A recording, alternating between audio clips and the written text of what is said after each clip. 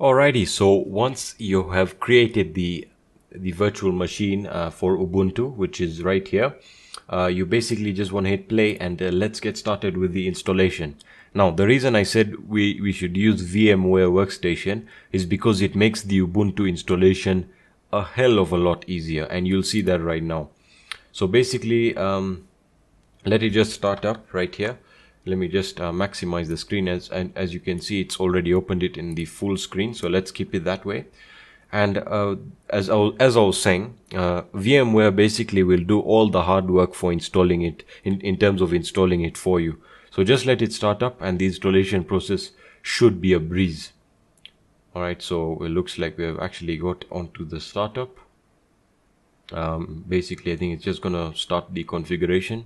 As you can see right here, it's loaded up Ubuntu, and it's gonna start the installation. It's gonna start verifying installation configuration.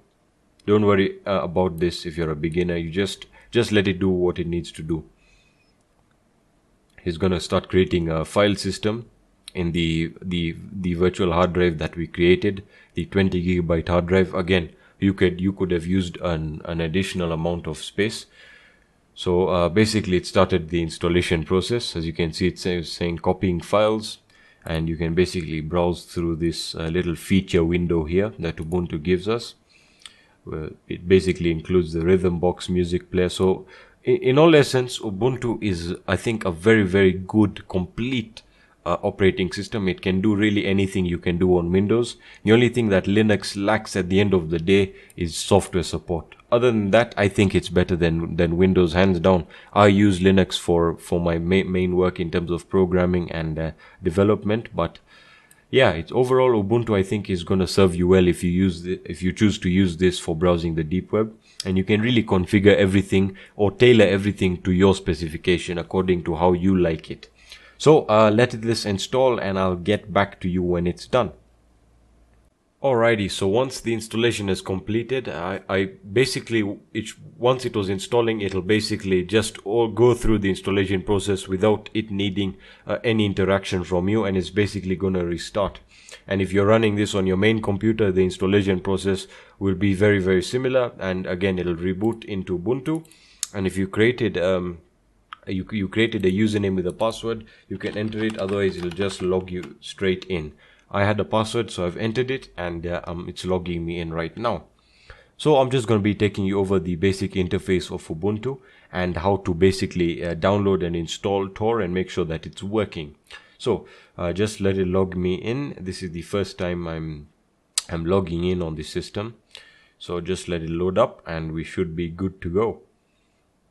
Alright, here we are. We're on the Ubuntu desktop. If it's going to give you some of these this weird resolution if you're running it on a virtual machine, just go into the system settings icon right here. Just open it up. Shouldn't take that long to open up, and you want to go into hardware and displays. Again, we have to just change the resolution to something we find appropriate. I find that to be the most appropriate for me. I'm just going to hit apply, and there we are. So it's applied the resolution that I feel comfortable. And now basically this is very, very similar to how Windows works. You have your toolbar or taskbar up here, and this is your app launcher or your launcher as it's called in Ubuntu. This is basically like your start button, and you can search for apps, and it's going to show you your applications that are currently installed, and you can basically search. For example, if I search for Firefox, it's gonna show up as Firefox.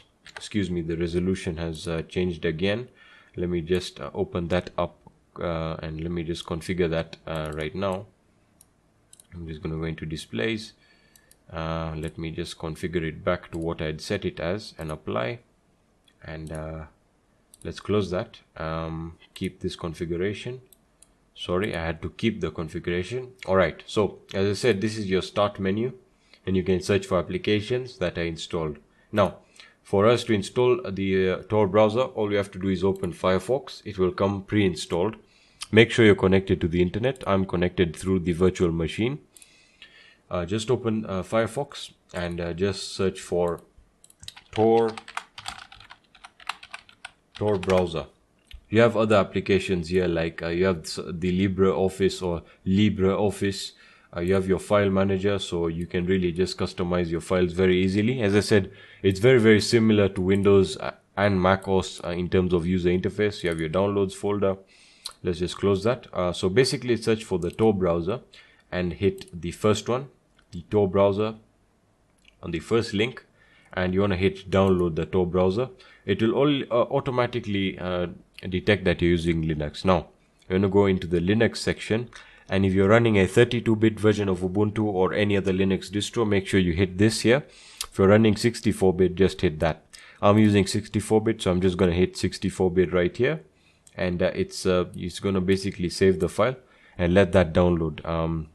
Shouldn't take that long. So while it's downloading, let me actually just show you a few other things that might come in handy. So one of the tools that I'm going to be using in future videos to basically be configuring Ubuntu or any other Linux terminal for security, and basically making the entire system run through the Tor proxy or the Tor connection, is we're going to be using the terminal. The terminal, don't be afraid by the terminal. We're not going to be doing anything complex. We're just going to be editing a few configuration files here and there.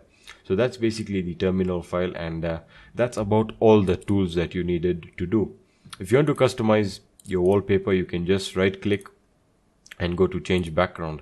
Again, this is for beginners at Linux, and those of you who are not very confident using it. There's some very good wallpapers you can select from here. You have this forest one right here. Some very good wallpapers. Again, you can download your own wallpapers and change them according to what you want, but that's for another video. I'm just going to select the default one, and let's open Tor browser, and the download should be completed. Alright, so once that's done, just close the Tor browser, and you want to go into your files. Alright, now in the file section, you want to go into your downloads section, and you'll see Tor browser with a tar.xz extension. Don't worry about this, just right click and hit extract here. Alright, so let it extract. It's going to extract the archive, and it should just take a few seconds, as you're seeing right here.